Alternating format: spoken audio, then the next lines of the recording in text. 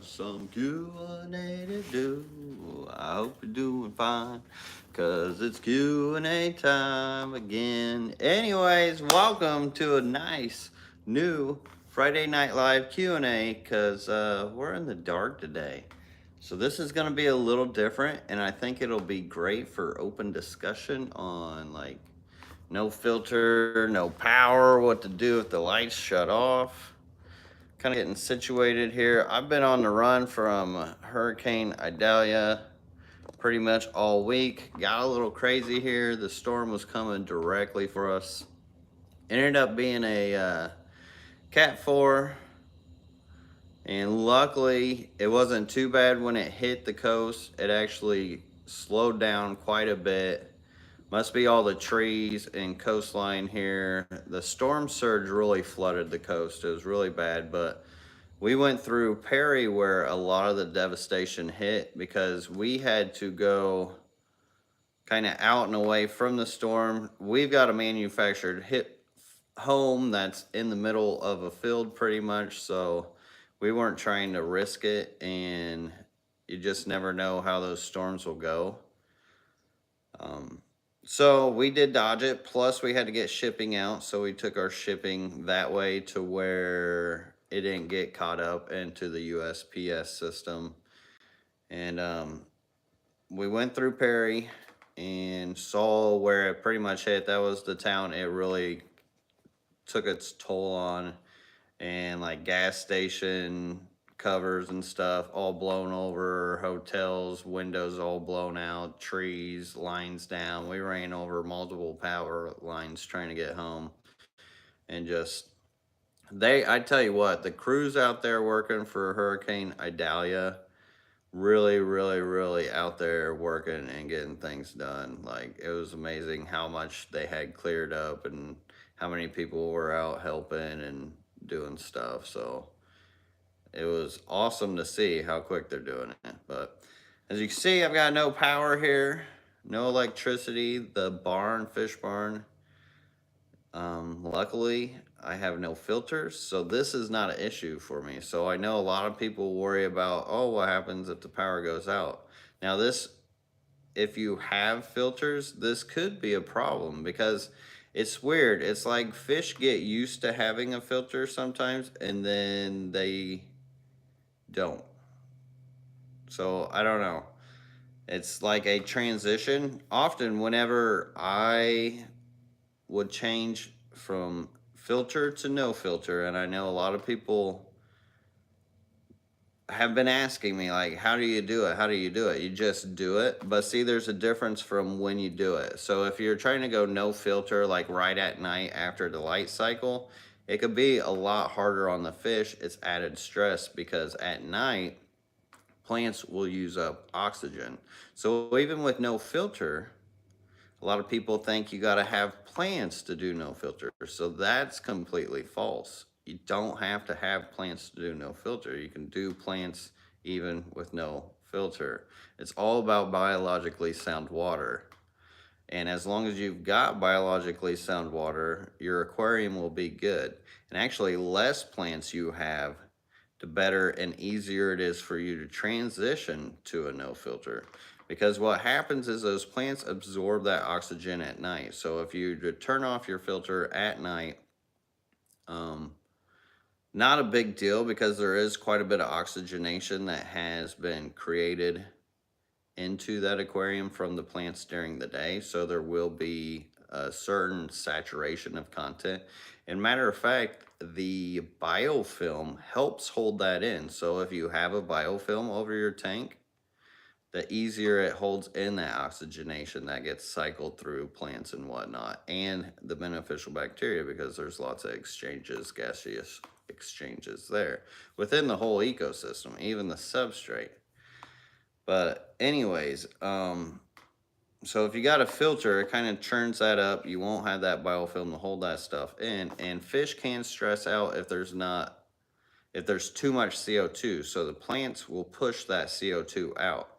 Now you can poison your fish with CO2. You can make them drunk. You can poison them. You can kill them. It's it can be deadly for them. So that's one thing to think about. At night, I have so many tanks that have just tons of plants in them, and I haven't had any issues as far as the lights being out for a real long time. And I would say after you start getting into like a couple weeks, maybe it would become a problem, because what would start happening then is the plants would start dying. And when the plants start dying, they start creating a lot of ammonia, which will kill a lot of fish, plants, shrimp, whatever, and it just becomes bad. Especially a green water tank. Green water will start dying. If green water starts dying and you don't do a water change, that could be a problem, because that is plant material breaking down, which also creates ammonia. So that only usually happens after 2 weeks. So if it's only a few days or maybe a week, not a big issue. What I would do is try to actually during the day, I open up all the windows as far as like letting the sunshine in. That way it at least gets some ambient light that the plants can grab. But besides that, we're going to be doing this in the dark. I tried to stick a light back there. You can see it on the ceiling, but it's not really showing much back there. Since I'm up towards the front of this, it's... Okay, let me see if I could turn this up. If it'll show more back there. I guess not. Now I'm just blind. Oh well. All right, but anyways, this is a Q&A for you guys. So if you guys got questions about keeping aquariums in the dark, just keeping aquariums period, whatever it may be with freshwater fish, shrimp, and or plants, is what we're here to talk about. But I wanted to get that all kind of off my chest, and we'll talk about it more, mostly for the people who come in watching this afterwards. Because I know many of you guys come in on the live, but I also got to think about the people who are watching afterwards. All right, now scrolling for your questions. Glad to see y'all in here. Hello, hello, hello, hello. And thank God everything was fine here.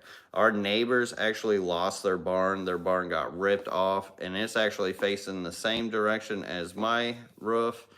But luckily, it's kind of tucked more towards the woods, so I don't know. I got lucky. So thank God I still got my roof. Wesley unfortunately lost his trampoline. It is in parts and pieces all across the yard from Hurricane Idalia. But yeah, it was crazy just driving through the storms and just trying to get away from it all. And this heat and humidity has been crazy. But I tell you what, Floridians are hardcore. I see, so like, the people down here, I don't care what the news or mainstream media says, like the people that I see around, like they're all great-hearted people. So if I don't know, they take it all with a grain of salt. It's good to see humanity like that. Alec Kumanov says, "Hi y'all. Substrate has much of the beneficial bacteria. No fish fan people hurt in a hurricane, question mark. Not that I know of. Hopefully not. I don't think they have had any casualties so far, so thank God. Thank God. Luckily, the storm did slow down as it come through.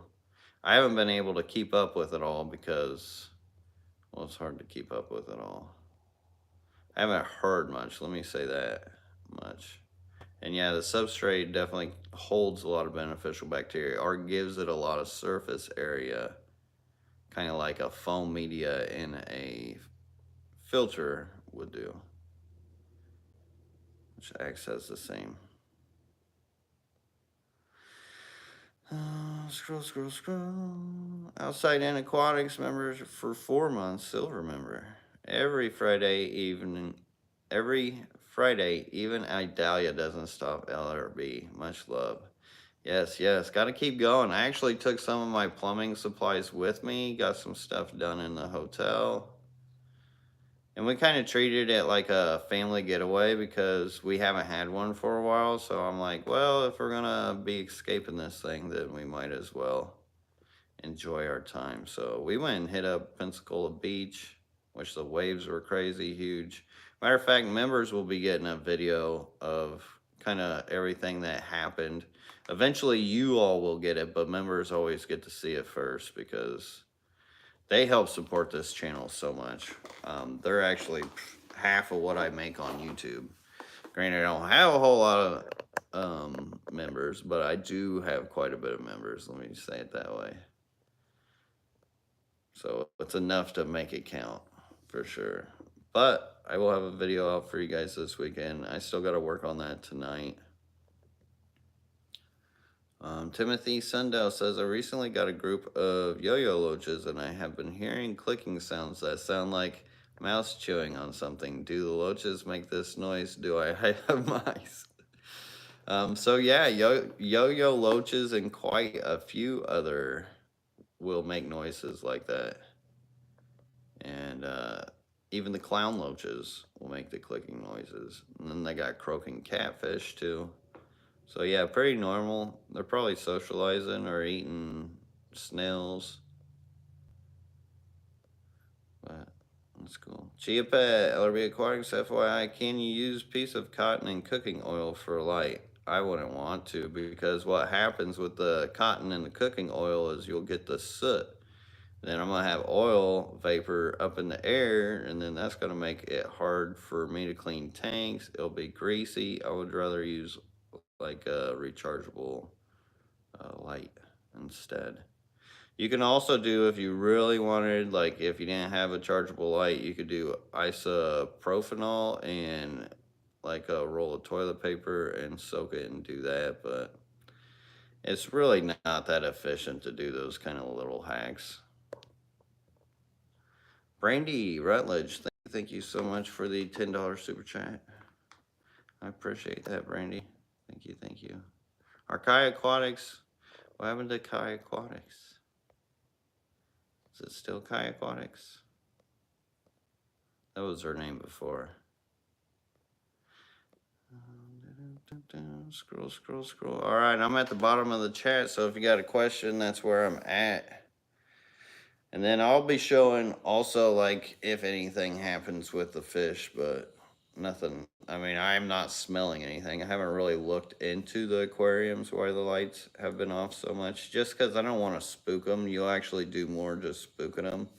During Halloween, though, I always do like a night fish room tour, which is really cool. If you type in LRB night fish room tours, you'll get a fish room tour that's a little different than most, because it's a lot different at night with your aquarium and what you'll see and behaviors and colors and how things actually do change at night and how much difference and duality there is within some of these aquariums. So if you type in on YouTube search LRB Halloween fish tour or night fish tour, you'll get some cool fish like footage. I think you guys would enjoy it. A lot of those videos kind of got slept on, and well, the algorithm only pushes so much, and then it's all about what's in front of your face now for most of the videos. Check them out. So no question. Oh, here we go. Rose Valley Guppy says, I recently learned about Eastern mosquito fish. Are they a fish you've kept? Gambusia holbrooki. I haven't heard of the holbrooki part, but most people just call them gambusia. Those mosquito fish are all over the place, and I've got tons of them in my pond. It's pretty much the same thing as almost the same thing as a guppy, but a little different. But I have kept gambusia. They're not a lot of color to them.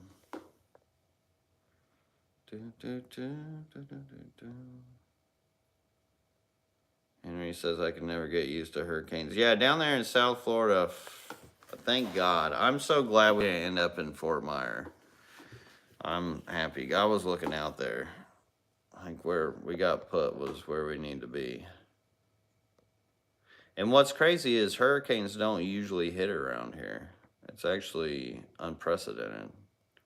We checked that before moving, because I wasn't trying to like do all this building and then have it ripped away. And you guys know how close I am to like Some of you guys know, like, how close I am to getting this water change system done, and I just got that huge fry rack. That would have just been like a horrible time for that to happen. But you know, you just still got to roll with the punches.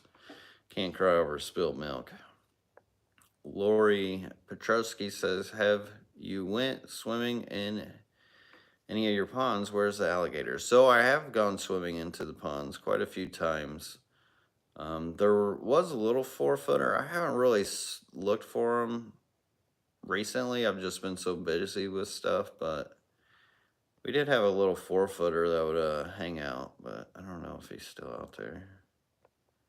I just usually try to swim away from him, and he usually swims away from me, so not a biggie. Steve's Fish Tank says those Gamboosies are like super mean guppies. Yeah, especially if you pull them out from the wild. So with these wild fish are used to milling on things all day long. Leaf litter, bacteria, mulm, especially mulm. Mulm is in the gut biome. The detritus is in the gut biome of most fish, and it makes up a majority of it too. Then they graze on like algae, sticks, fruits, things that die. So they're constantly pecking. So it comes out as aggression, especially if you give them less area to move around. Jump, jump, jump, jump, jump. They're like little tiny piranhas without teeth. But actually, they're not, because piranhas are a lot more peaceful, I would say, as those gambusias. They're just chaotically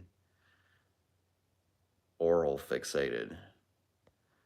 Did you live in Florida for Hurricane Andrew? No, I didn't. We've just been here for a year and a half almost. Yeah, 2 years coming up, year and a half.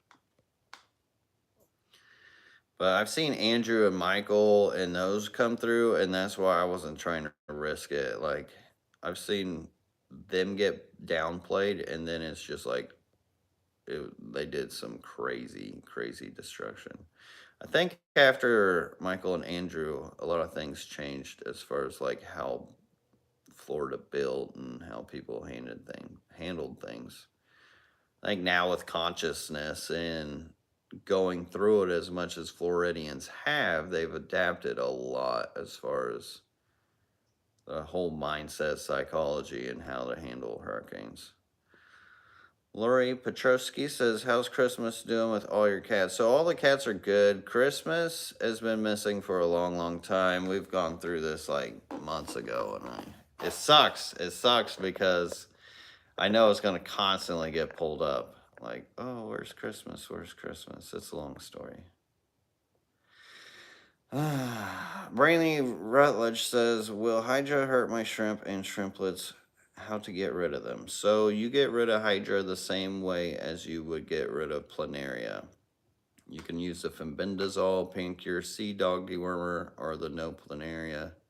And of course, that stuff hurts snails as well, mystery snails. So if you got anything like that, you want to remove them.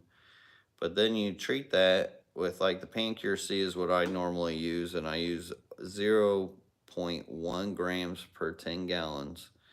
And then I will wait 72 hours and then do a 25% water change. And the whole point for doing that water change, I know a lot of people will maybe want to skip it, but the whole reason to do that water change is to get rid of the impurities from your worms dying and or the hydra dying. Now, if it's just a little bit of hydra, it's not going to funk up the water too bad, so not too big of a deal. But you do a 25% water change, and then with hydra, some of them will die after 1 or 2 doses, but some of them may take up to 3 or 4 doses. There's a lot of different hydras out there. And they could potentially hurt your shrimp, but I don't know. I've had tanks before with them and never seen issues with it. But there may be like that one that gets caught up there. It's kind of like survival of the fittest, you know. But definitely something I would get rid of just to not have it because of that potential. Shady Grady, welcome to the membership, the gold member. Thank you, buddy. Appreciate that. Hope you're doing well.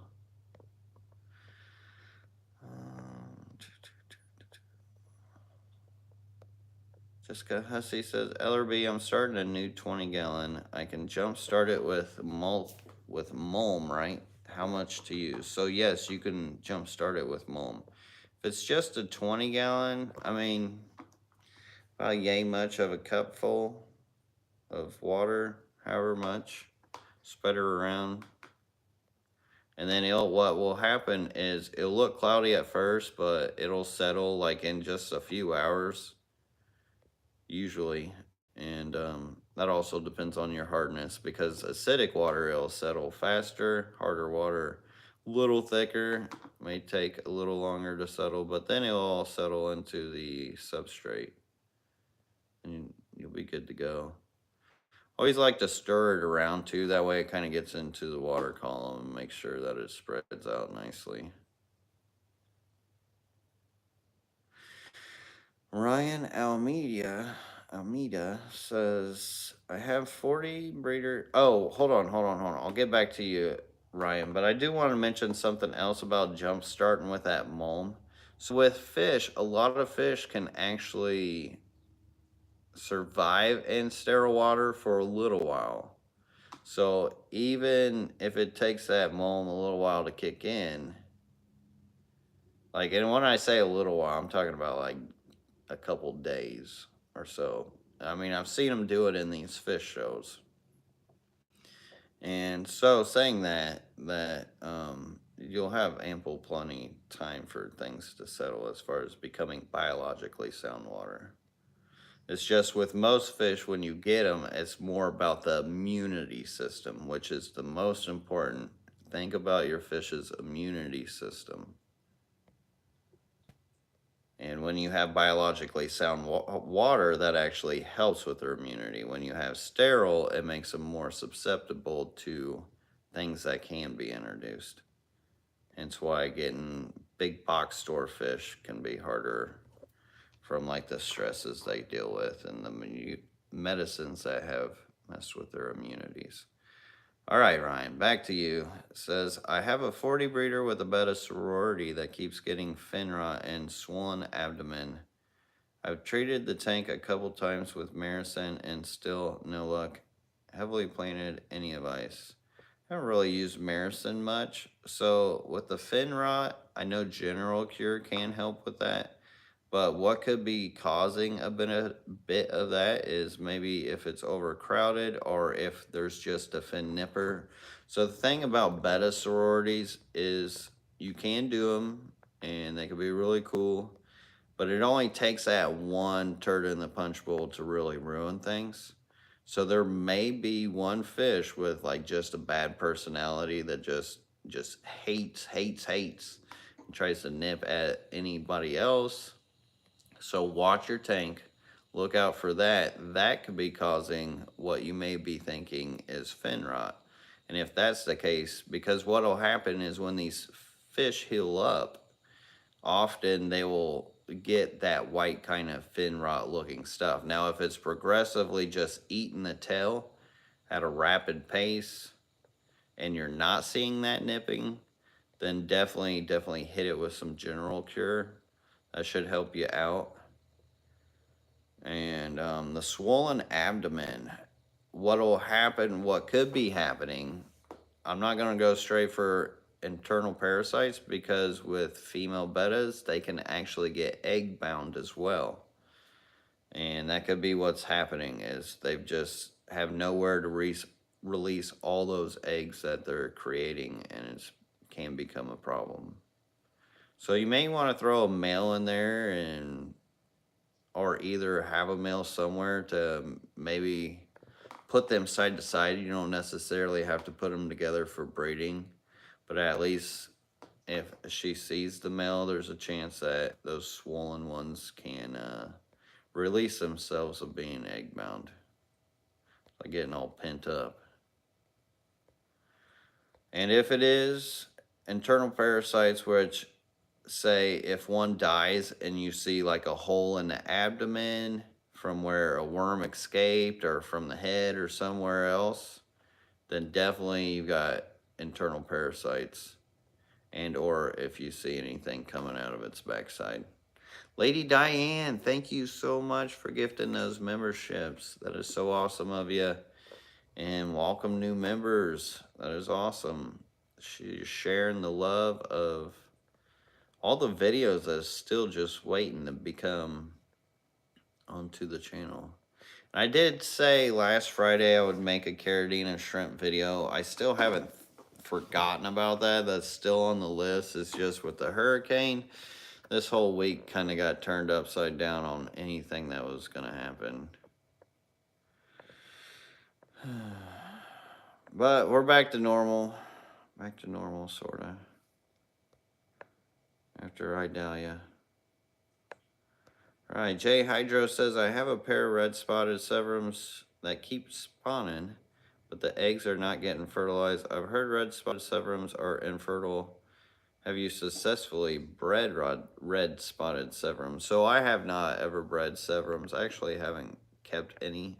They're neat fish. I know all about them, but haven't personally kept any because of the tank size they need and things that I like to put in big tanks. I love seeing small fish in big tanks more than anything. It's like give them all that space to run. It's always fun. But I don't know. Does anybody else in the chat have any help for them? Because I haven't personally bred them. I don't know how infertile they are. Maybe they just need more practice. Or maybe you got two females, one male. If you got the right sexes, I don't know. I didn't know that was a thing that, I mean, they've got to be able to breed somehow for them to be in the market. That would only make sense. DPK Fish Aquarium says, any tips on dealing with hydrogen sulfide from dirted tanks? I don't think it's a big issue, honestly. I don't think you really have to deal with it.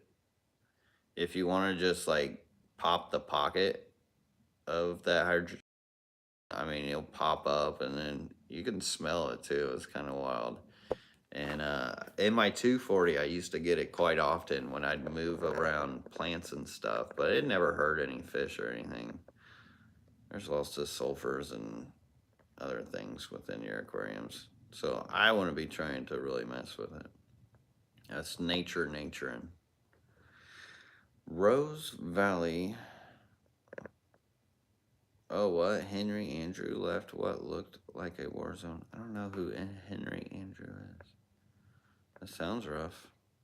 I didn't see a whole total devastation on anything. I know Perry got hit hard, but I don't know where he was. Oh, after Andrew left. Oh, Richard's talking to Henry. Okay, never mind. Sorry, guys. Rose Valley Guppy says, just trying to get a native East Coast tank going. Any suggestion? A native East Coast tank, those rainbow shiners are really cool. There's a lot of like chubs and all kinds of other fish within the waterways. I would say if you really want to get a native East Coast and you live on the East Coast, you got an advantage because there's a lot of creeks, especially during the summer, that run dry. And this is the time I would go out to go actually catch them, is when they're in like a dry creek. They're already like, it's almost a death sentence for them. And it's sad, but it's just the way nature goes. I've seen so many creeks. We actually had a creek behind our house that would dry out, and there'd just be pockets left. We used to go down there and try to save fish and put them in the bigger pockets all the time, or put them in aquariums. And so that would be a good time to go collect some fish off the East Coast. Now, if you're not, I think there's a guy named Jonas Fish or something who actually does go and collect more East Coast fish. But go make a vacation out of it. Go collect some if you're not. I don't know. That could be fun for you. Do you ever do talks at pet stores? Ask Blue Lagoon Pet Store. So I haven't. I've never actually had a pet store ask me to.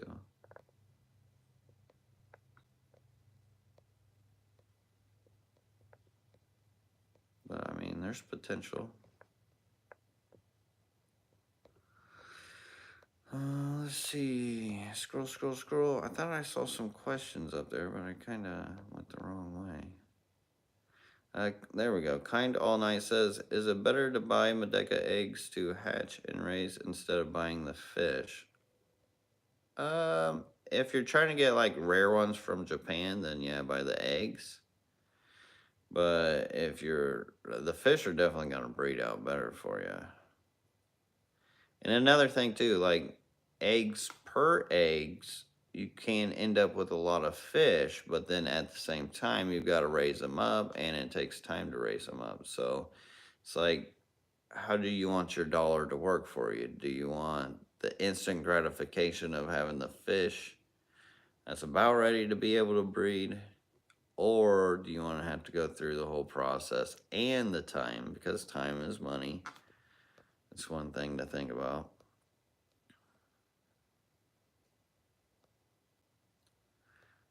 All right. Scroll, scroll, scroll.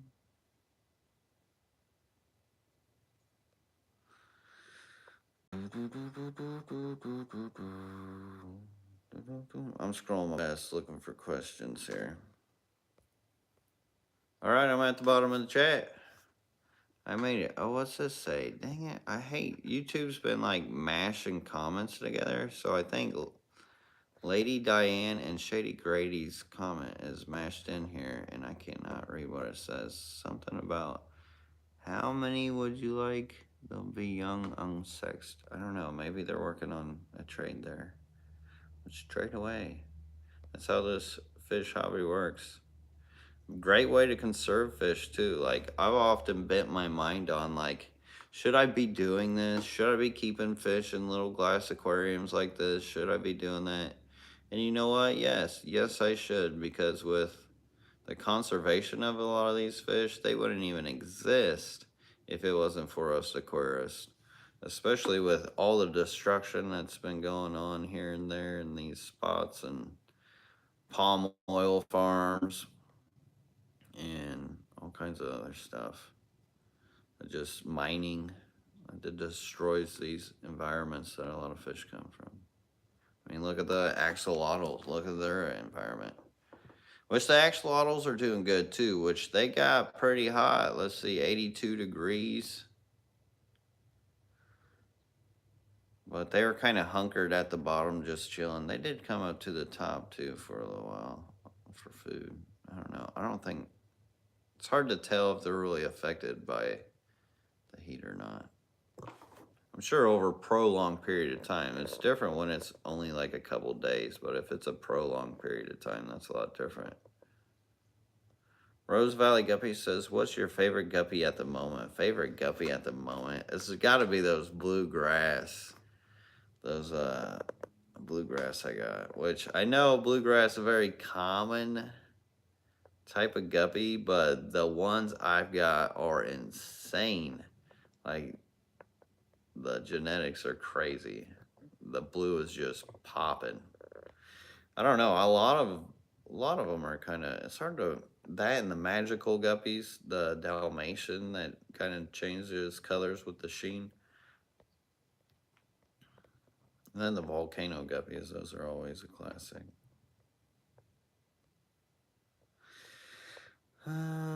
Henry Figueroa says, how bad will the hurricane affect your ability to ship fish? So far hasn't affected it. I am on schedule and have been doing things properly. And then for next week, I mean, I think everything will be all settled, so we'll be good. We will be good. And 10% off on the website too right now for Labor Day, all you laborers. I grew up, and I'm saying grew up in like my 20s and 30s. I grew up doing construction, so I mean, I was a laborer. Definitely do not get the props that guys are respected to have, because that's a lot of hard work in the sun and the snow and the rain. There's a lot that laborers deal with. And try to save you guys some money. So I know things are tight and tough out there for a lot of people right now, including myself. Excuse me, because we weren't financially planning on escaping a hurricane. I was dumping all my money into the water change system, and that kind of hit us left field. So, LBQuarks.com. uh, Outside in Aquatic says, any suggestions for a good breeding project? I have done CBDs, cockatoides, working on white clouds now, and of course, have a couple lines of guppies. So, for your breeding project, I can never recommend a fish for another person. I can recommend just going to fish stores, looking for oddballs, or maybe just something you're like, oh, I would like to have a lot of those. And I would like to breed those. And then you keep some, you sell some, depending on what your whole goal for that is. But when it comes to breeding and keeping fish, beauty is always in the eye of the beholder. And just keep looking at books and fishes and types of fish. Go to Google, just hit up like a type of fish, hit up Google, and then push the image thing. Don't read all the words from like normal search Google. Look at the images. Pictures worth 1,000 words. Or then type in like rare if you want to get into something rare. Add that keyword to it. That'll help you. But if you've done pistos, there's tons of types of pistos. But if you're tired of that, I don't know, maybe get into laticaras. They're kind of like pistos, small South American cichlids. There's a few different those subfamilies and stuff off of those. Yeah, like cribs. So you say you're working with cribs too. So look into laticaras. Anything kind of acara like. And as far as South American cichlids, my God, there's so many, even like the dwarf rams and stuff. Montags says, what do you do with all these baby fish? Well, that's why I'm building that big old rack. What I do is I let them grow out my tanks that they're not supposed to be in. And I just throw them around everywhere. And then I run out of tanks. And then that's why I need more tanks.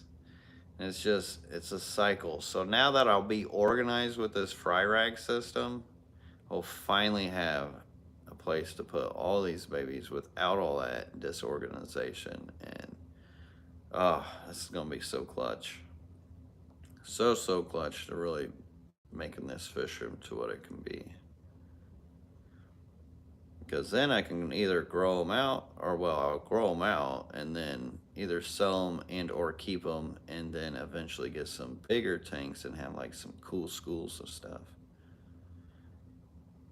Some tanks like Aquarium Domain where he makes some big, huge ones.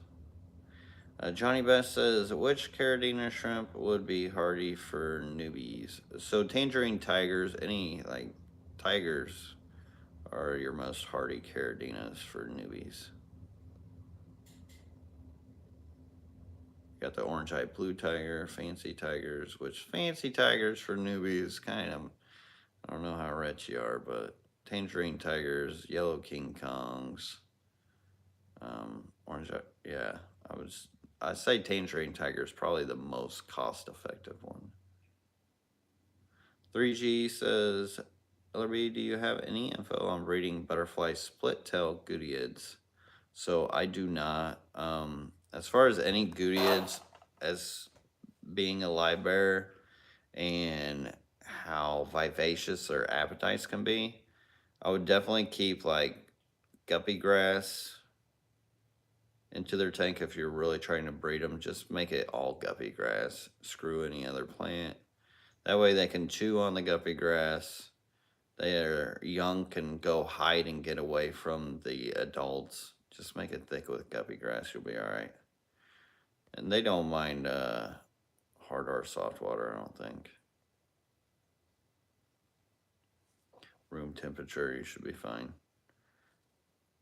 Well, depending, I don't know what your room temperature is. I would say mid 70s, let me put it that way. My room temperature is actually, it used to be 74, 75 at the old house. Now we keep it more like 76, 78 because you just get used to that heat. 74 gets chilly. Chia Pet says LRB Aquatics are female scarlet batis a myth. So they're not a myth, but they are definitely hard to get because what happened in the trade is the males are the super red, colorful ones, and then the females are the brown, not as pretty ones. So people would often call those out, not knowing anything about them. So for the longest time, you could only find male batis, but they are around. Um, I don't know where I could direct you to find any, but some places you can get lucky. And talk to your fish store. Be like, you guys ever get batis in and get like these brown, like not so beautiful ones or colorful ones? And then that should help. But it can be tricky as well because there's an alpha and beta coloration that happens into the hierarchy of the batis fish, the scarlet batis, to where the betas will be not as colorful as the alpha that sits higher on the hierarchy. So sometimes I can throw people off when trying to find them, but look for that round belly. That always helps. Mimic Nature LRB, I recently had an accidental batch of zebra danios. I've collected over 200 fry into a breeder box. You think I could grow them out in an outdoor tank? A few months left before first frost. You could, but what I would do with Danios are pretty hardy too. And you get more water volume. More water volume, the better. But also set them up. And this is something I haven't made a video of, but it's something I was going to do at some point. Put in, like, if you can, like mesh screening underneath it. So whenever you're ready, or say the cold does come in, you could easily just pull up that netting and harvest everything that you have in there without having to try to catch them all, destroy it, and whatnot. It'd make it a quick scoop. Because you could still grow guppy grass, top plants, water lettuce, whatever you got in there without actually having them need a substrate and all that stuff.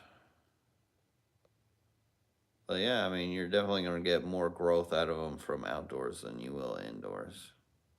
Because all the bugs and debris that fall in, even just pollen and stuff that they can eat off the top.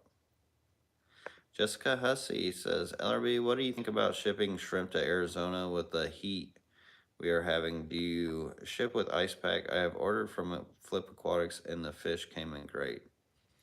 So just as long as you don't keep them in the mailbox and they get cooked, and if you're at like 100 degrees or so, it's kind of iffy. We don't use ice packs, but USPS does have air conditioned facilities, so that's not a big issue. The issue just becomes on is if the customer doesn't get into it, get the package in time, and they get cooked.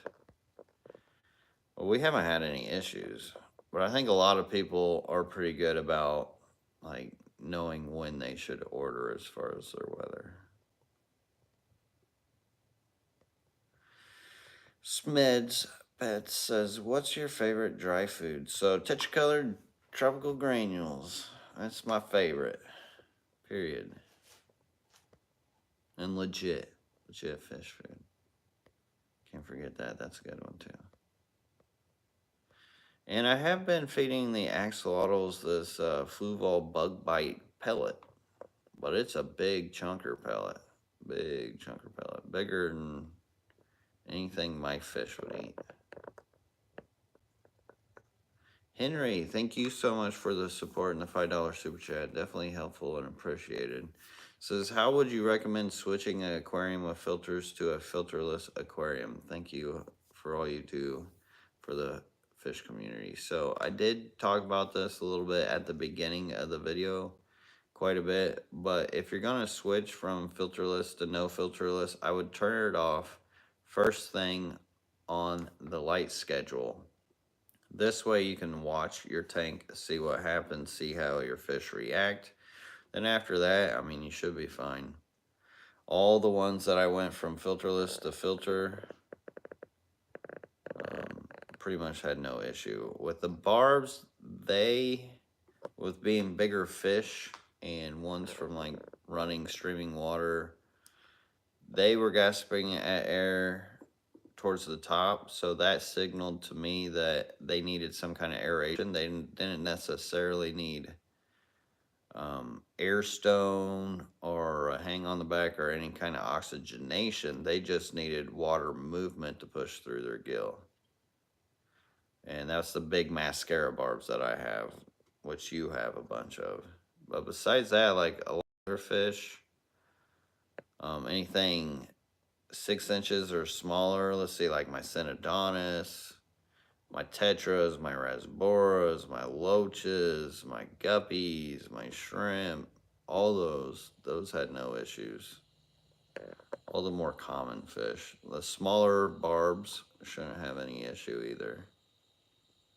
But also, if you have a ton of fish, heavily overstocked, then that can be a little harder to pull off. But then again, you'll notice that if you start seeing fish gasp for air. So if they start gasping, then just turn on the filter, and maybe you've got to pull out some fish, or maybe pull out those fish. And then you can decide whether you can go filterless or not, or want to go filterless. But as I get things more developed here in this fish room, you guys will see more of like the stocking that you can do, which I mean, I'm definitely pushing the inch over a gallon in a lot of these tanks. So I am overstocking in sense of some standards. You know, so it's not like, oh, you only get to keep like a couple fish in a 55 gallon. That's not quite the case. It all depends on fish. Which we'll be sharing lots and lots and lots of that stuff here in the future. Like, there's going to be so much to share and teach you guys that I can visually do. K Stu says, sorry if you answered earlier, but did the storm get you guys? So the storm did hit, and neighbors lost their barn. Wesley lost his trampoline. Luckily, that was the most of it around here. Power lines down. It was supposed to hit us dead on, but luckily didn't. And luckily, the storm calmed down as it hit the coast. We got a lot of trees here, so I'm sure it buffered a lot. See, down South Florida, they don't have that whole forest line and all the woods. Like, there's tons of just woods and woods and woods, so it helps break things up. That, and it's not normal for storms to come up this way. I'm sure it might hit certain streams of pockets of air too that might help, but either way, it's not wide open to where it just makes complete devastation, like on the coast, like the beach coast. Let's see. Chia Pet says, did that moon rock match the color of your substrate? So I haven't put it in a tank yet. I haven't figured out where to put it, because that's more of like, when I see that moon rock, I think breeding cave. So definitely seems like a breeding cave for me. I just don't know what, when, and where I'm going to use it. I was actually thinking sparkling gouramis, maybe in a tank here at some point for using that moon rock, but thank you, Chia Pet, for that moon rock. I appreciate it. I could see how it could match my darker sand, because it's kind of got that grayish black to it. All right, I am at the bottom of the chat, and thank you, Kay. I'm glad we, K Stu, thank you, and I'm glad we're okay too. Thank God he was looking out, because it was going through my mind like, man, I'm at this really pivotal point. Granted, I'm always at kind of pivotal points, because I'm always trucking along, but we're going to keep working on this water change system. I'm super excited about it. I got a lot of it done, a lot of parts that I've got to glue together, like a couple hundred parts. Well, actually, about 1,000 parts that create a couple hundred parts. Lots of parts and pieces. But, all right, you guys got questions? I am at the bottom of the chat. Throw it down if you got it. This is probably the slowest Friday Night Live Q&A I've had. Maybe because there's no tanks behind me and everybody's like, why are we listening to some guy in the dark? But I figured doing this live stream in the dark would allow you guys to talk about the issues of it. But you guys asked the questions. I'm just here to give you my 2 cents. For whatever it is worth to some of you guys. For some of you guys, know the value. Some of you guys are still on the fence. Trying to figure out, what is this hippie talking about? Yes, I am filming the water change system, Lady Diane. You saw a little bit of it in the last member's video. And then this member's video will be a big chunk of it. Big old chunk. Same with like the quarantine rack. I know I haven't come out with a build video on that. That was in the house, but I do have all that filmed. Just kind of waiting for the last process to really wrap it up completely. It's like at that loading stage of 97%, but it just doesn't want to finish because I keep putting projects in front of it. Chris Rissecker says, no questions, time to feed the pond in the dark after hours. Okay, that's actually a good mention, Chris. Thank you for mentioning that because I meant to mention, so while this fish room is dark, actually refrain from feeding. There's enough stuff in there for them to graze on, like algae and any dead or dying plant materials, so they can actually eat off those. I prefer them to eat off those. That way it doesn't create other ammonias and stuff like that. And then also, if I were to go through and feed and then not see that I was overfeeding and they're not really eating, because at night their metabolism slow down. Fish do actually sleep and they may not be hungry to eat it or see to eat it.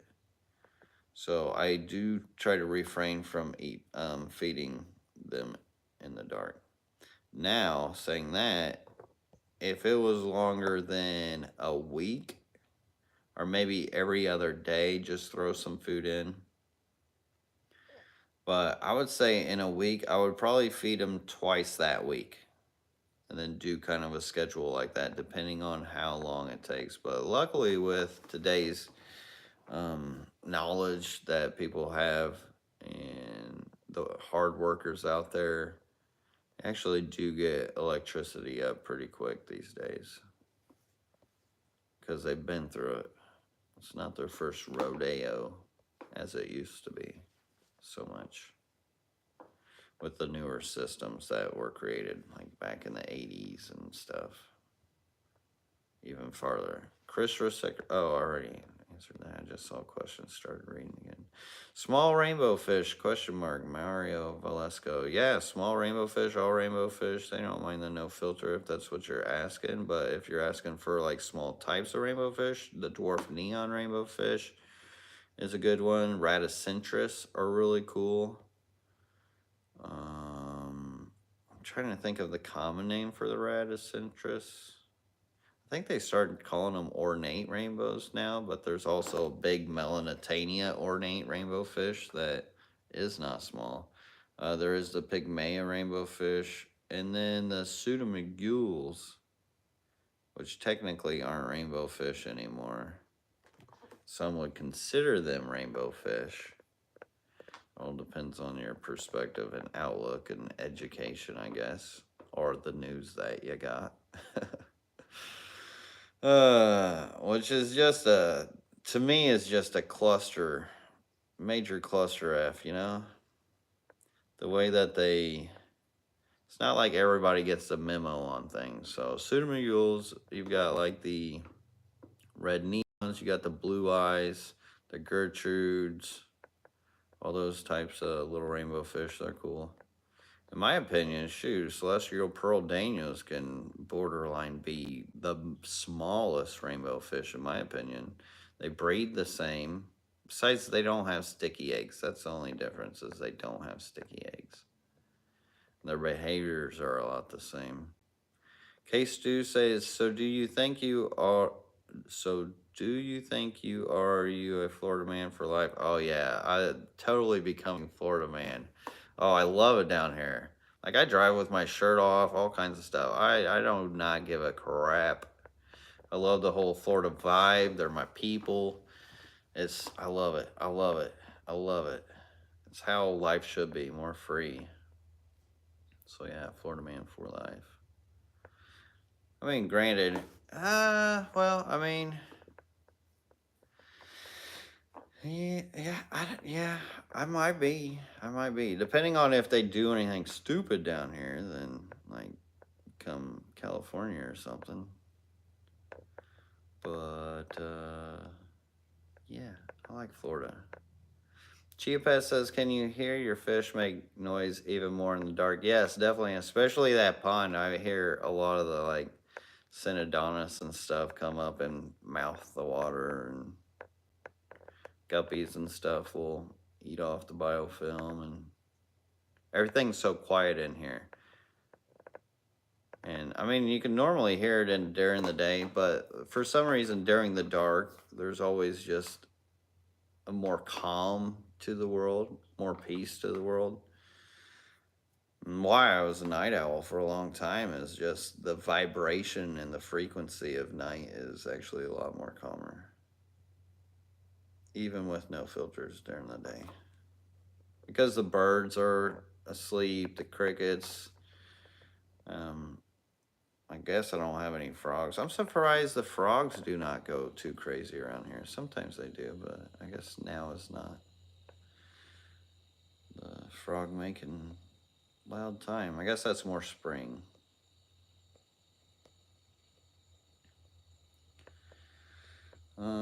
Scroll. Ron Harryman says, can I have 2 cents? I'll give it to you. What kind of value? What's your favorite pseudomugule? The Aru 2s. I love the Aru 2s, which actually just got a bunch of them. The red neons are really cool too. The Pascal. I'm trying to think of any other that are just like, whoa. I mean, there's a lot of really cool ones, but some of them you gotta watch out for, like the Cyanidorialis. Those are actually brackish. They're really cool looking, but they're brackish.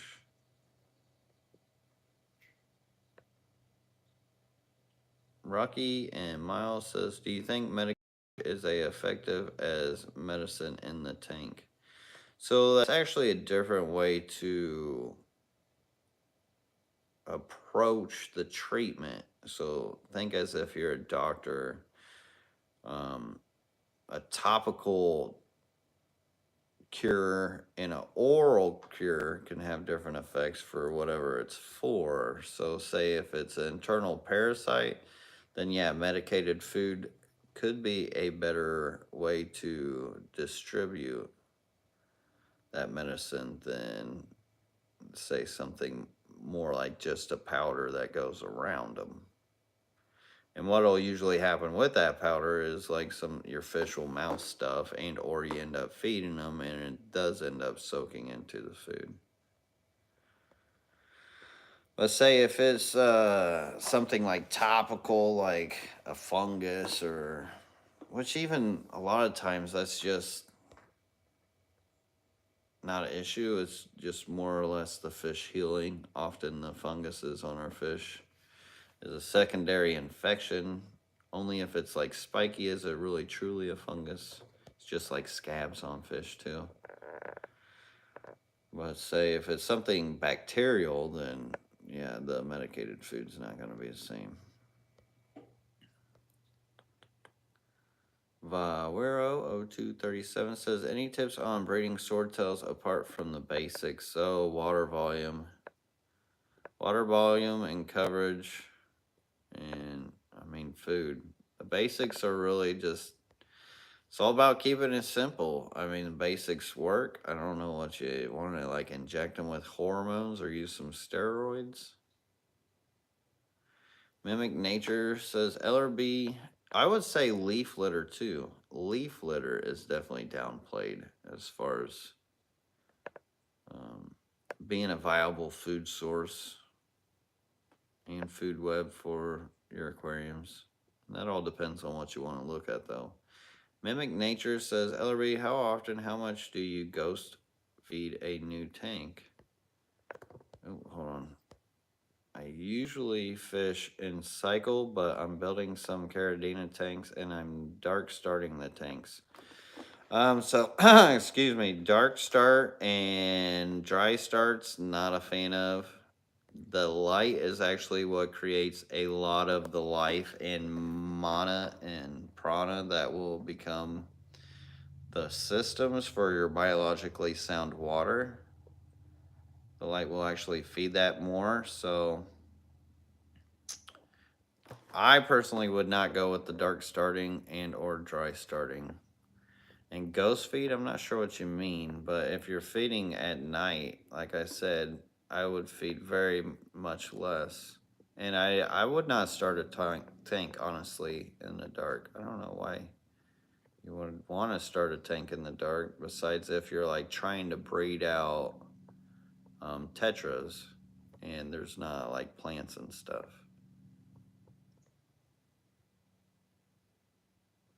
Adam's Electric Universe says, have you bred snails like mystery snails, nearite snails, or rabbit? Seems like they sell well, thanks. So I do have rabbit snails.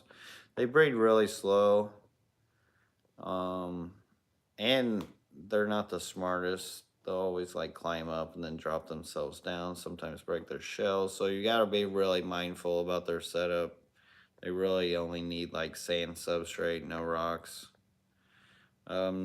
Mystery snails have bred. They release clutches all the time. My humidity is not high enough for them. But I don't really have the calcium for them either. So I try not to focus so much on snails. That, and there's so many rare things that I need to be breeding and having tank space, and I'll leave the snails to other people.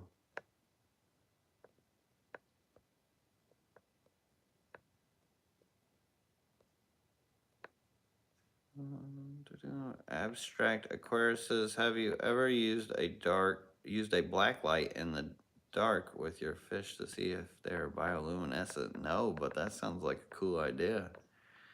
I like the idea of that. That would be neat. Actually, hold on. I'm gonna take a little picture. Take a picture of that as a reminder. Maybe I will one day. Chia Pet says, how are the outside tanks see dragonfly larvae? So I haven't seen dragonfly larvae yet. I should probably actually, I need to get into those sooner and later and just kind of clean them out. But all the fish are doing all right. Got some breeding out there, so got more fish than I had out there. And they made it through the hurricane, no limbs or anything on them. I did drop the water level down. That way they wouldn't overflood.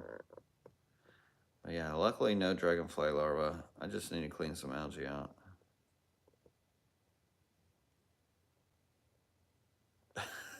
Hold on. Valero0237 says, I have a Megalodorus uranus scopus that if I get my hand close to is in his cave, he starts grunting very loudly. That sounds wild. That sounds just about as wild as that fish's name. The name for some of these fishes. Rocky and Miles says, thanks. Will medicine food have a negative effect on the fish who aren't sick? Depends on the medicine and if they've had any meds like prior, like just back to back. Now, if you're like medicating them hardcore, but normally not so much. They don't have too much of a negative effect that I've seen. I've never really seen any meds like, unless it wasn't treated properly, be an issue as far as the directions. Henry Figaro says, Lucas, any advice for shipping fish for a beginner? So I have a video. YouTube search LRB fish shipping or LRB shipping, and the video will come up. I did it years ago, and I haven't changed anything. So it's been working great for me for a long, long time. Lady Diane says, y'all can practice shipping fish to me anytime. So if you need somebody to practice shipping to, Lady Diane has got your back. Chia Pet says, I use a flashlight at night to look for the dragonfly larvae. Is that the best time to do that? Are they more nocturnal dragonfly larvae? So that's a good idea. Oh, we're over the hour mark. I'm at the bottom, and guess there's no more questions. So guess this is my time to leave. Y'all had enough. Enough of y'all been jumping out of here anyways. But I appreciate y'all that stayed listening and helping support the channel, help supporting what we do here. Like I said many times, and I'll keep saying it, I could not be doing all this without you guys. So thank you, thank you, thank you, thank you. And I hope you guys all have a great weekend. And until next time, everybody, peace. Have a great one.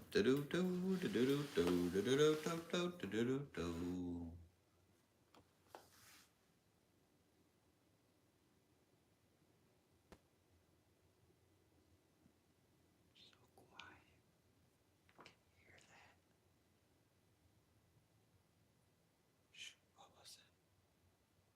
Jump scare. Psych.